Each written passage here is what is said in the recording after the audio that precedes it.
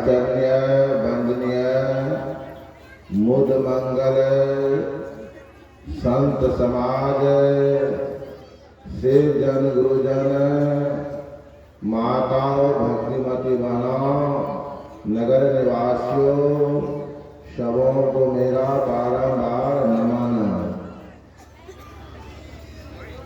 अभी हम लोग महायोगी भगवान शंकर की वाणी को सुने।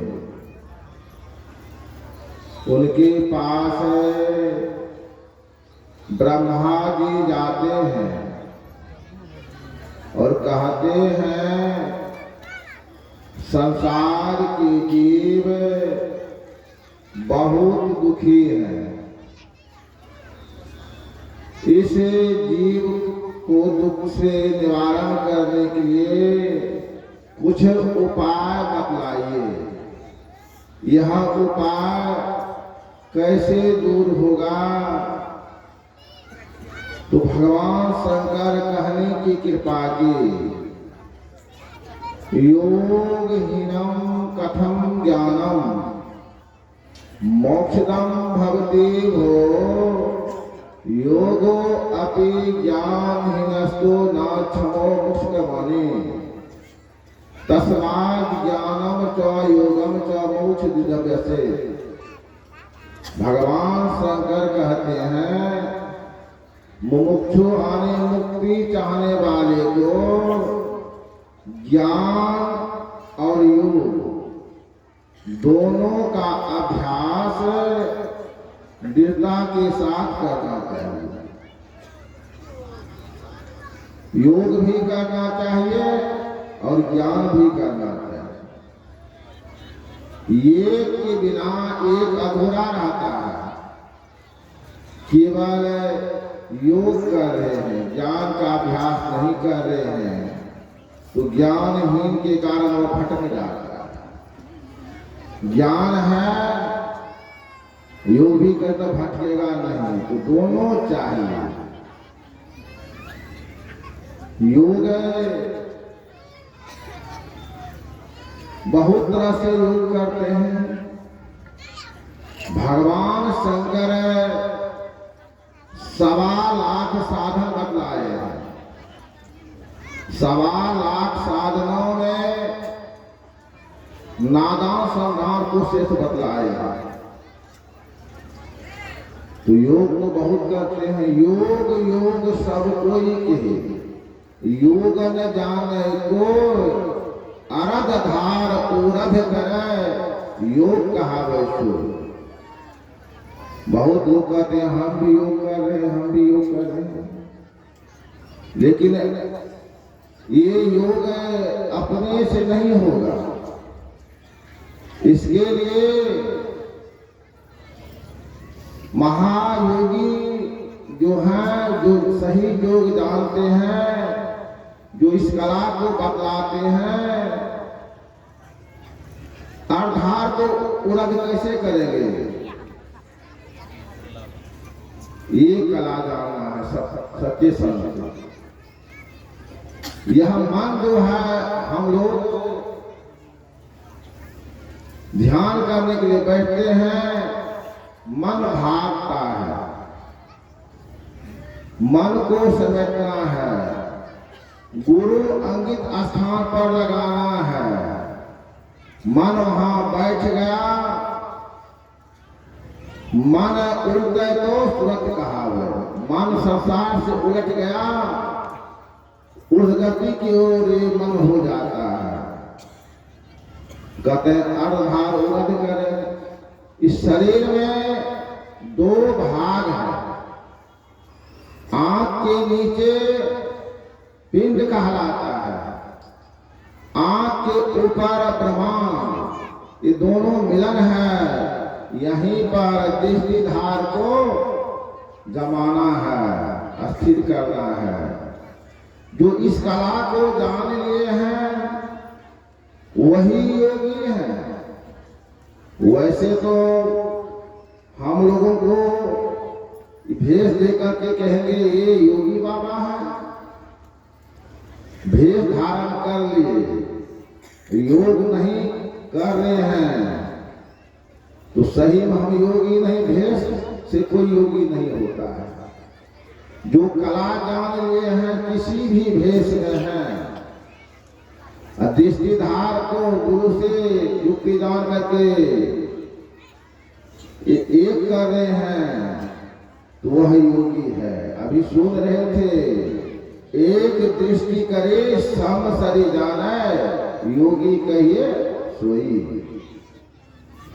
तो बहुत तरह से योग करते हैं।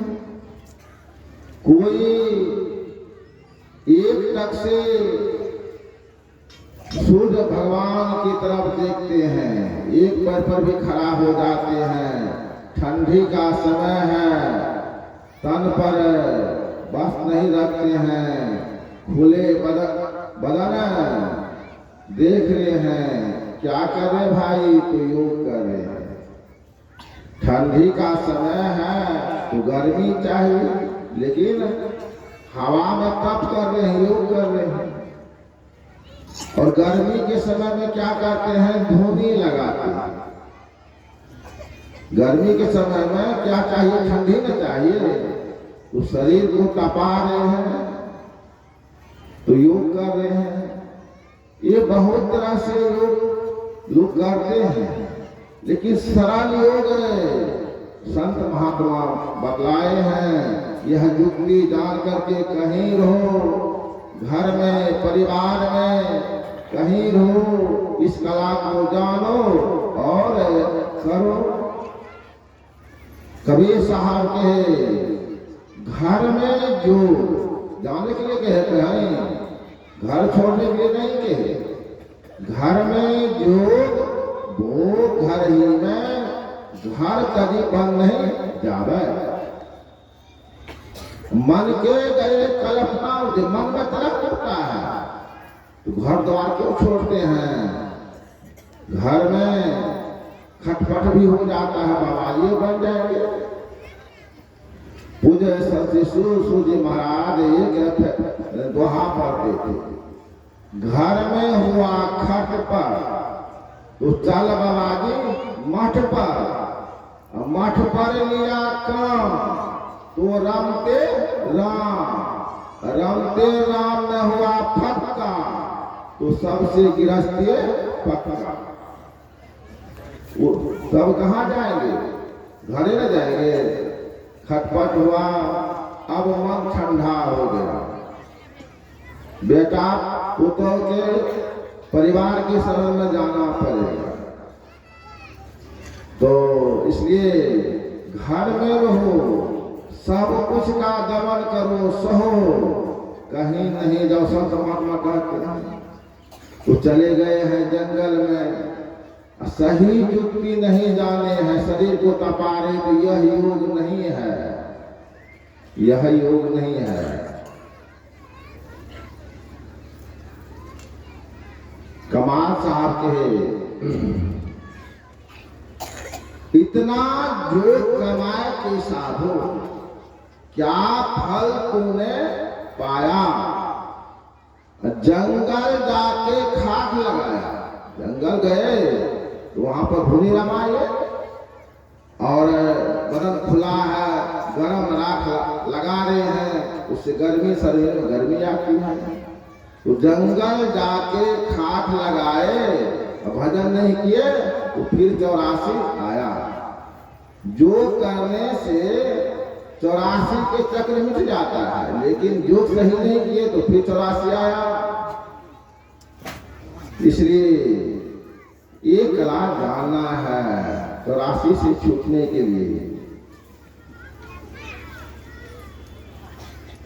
कमाल साहब वही कहते हैं, भगवान शंकर वही कहते हैं, हमारे भगवान कृष्ण भी यही करते थे, योग करते थे, वे भी महायोगेश्वर कहलाए।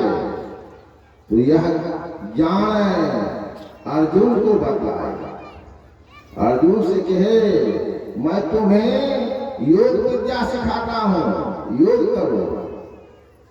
यह योग विद्या सबसे पहले मैंने सूर्य को दिया, सूर्य ने अपने पुत्र मनु को दिया, मनु ने इक्ष्वाकु को दिया।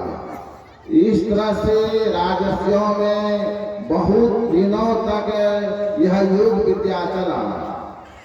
अभी तुमको मैं बता रहा। अर्जुन को शंका हो गई। अर्जुन कहते हैं भगवान आप तो अभी हुए हैं और सूर्य तो पहले हुए, यह विद्या आपने सूर्य को कैसे दिया? तब कहते हैं भगवान कृष्ण हमारे और तुम्हारे बहुत जन्म हो चुके हैं, तुम नहीं जानता है, मैं जानता हूं, तुम माया के अधीन हो। तो क्यों नहीं जानेंगे महायोगेश्वर? महायोगेश्वर सब कुछ जानते हैं। तो देखिए बहुत जन्म हुआ है, हम लोगों को बहुत जन्म हुआ, हम लोग जानते हैं कितने जन्म हुआ है? बहुत जन्म हुआ नहीं जानते हैं। जानेंगे अगर ये कला सीख लिए तो भूतल पर कहाँ क्या हो रहा है सबको जानेंगे। संत महात्मा बतलाते हैं, गौस्वामी तुलसीदास महाराज के भूतल पर कहाँ क्या हो रहा है, कौतुक देखें शैलवन भूतल भूरि निधान। ये भूतल पर क्या हो रहा है, जीव जंतु के मन में क्या है, चीटा पुपरी के मन में क्या है, सबकी बात जानते हैं। कबीर साहब कहे चीटी के पैर में पाया डाला, सो भी साहब सुनत है। चीटी चलती है तो आवाज होती है, पायो तो नहीं पाती, पायो तो माता लोग पाती है, लेकिन चीटी के मन की भी बात जानते हैं, किसके मन में क्या हो रहा है। तो बात वो जानते हैं, सब कुछ जानते हैं, लेकिन जल्दी बताते नहीं।